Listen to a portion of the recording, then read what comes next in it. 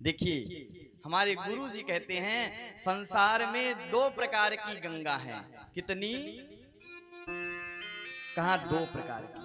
किसी ने कहा भैया हमने तो एक गंगा जी का नाम सुना था जिन्हें भगीरथ जी ने अथक परिश्रम करके अनेक उनके पूर्वज तपस्या किए, फिर जाकर के गंगा जी इस भूधरा पर आई। वो तो भागीरथी गंगा को हम सब जानते हैं, या आप दूसरी गंगा कौन सी बता रहे हैं?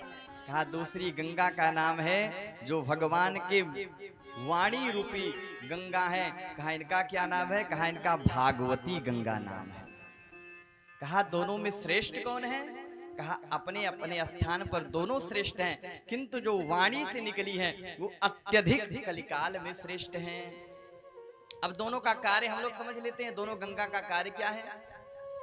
एक गंगा है जिनके पास हम लोग जाते हैं, हम गुरुजी और साहित्यकार लिखते हैं गंगा गंगेत यो ब्रूयात योजना नाम शतैरपि। आप हजारों योजन दूर रह करके भी गंगा गंगा कह देते हैं तो आपके सारे पाप नष्ट हो जाते हैं। और गोस्वामी जी से नहीं रहा गया तो उन्होंने क्या लिखा? तरस परस जन अरूपाना, तरस परस जन अरूपाना,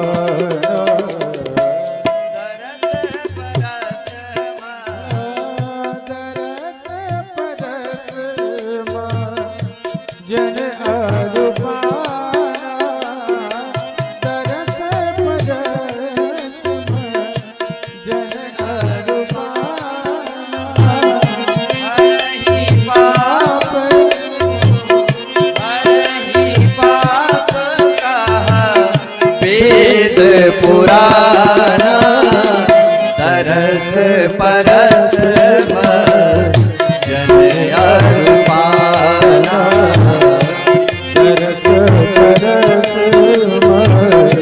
जन अरूपाना। कहा दर्श परश मज्जन अरूपाना।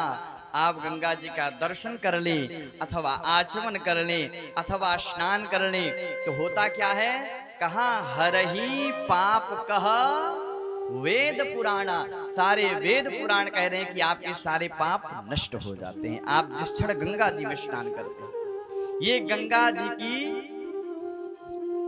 आपको फल है, ये गंगा जी का आपका फल मिला क्या? कि आपके सारे पाप नष्ट हो जाते हैं। अब भागवती गंगा में क्या है?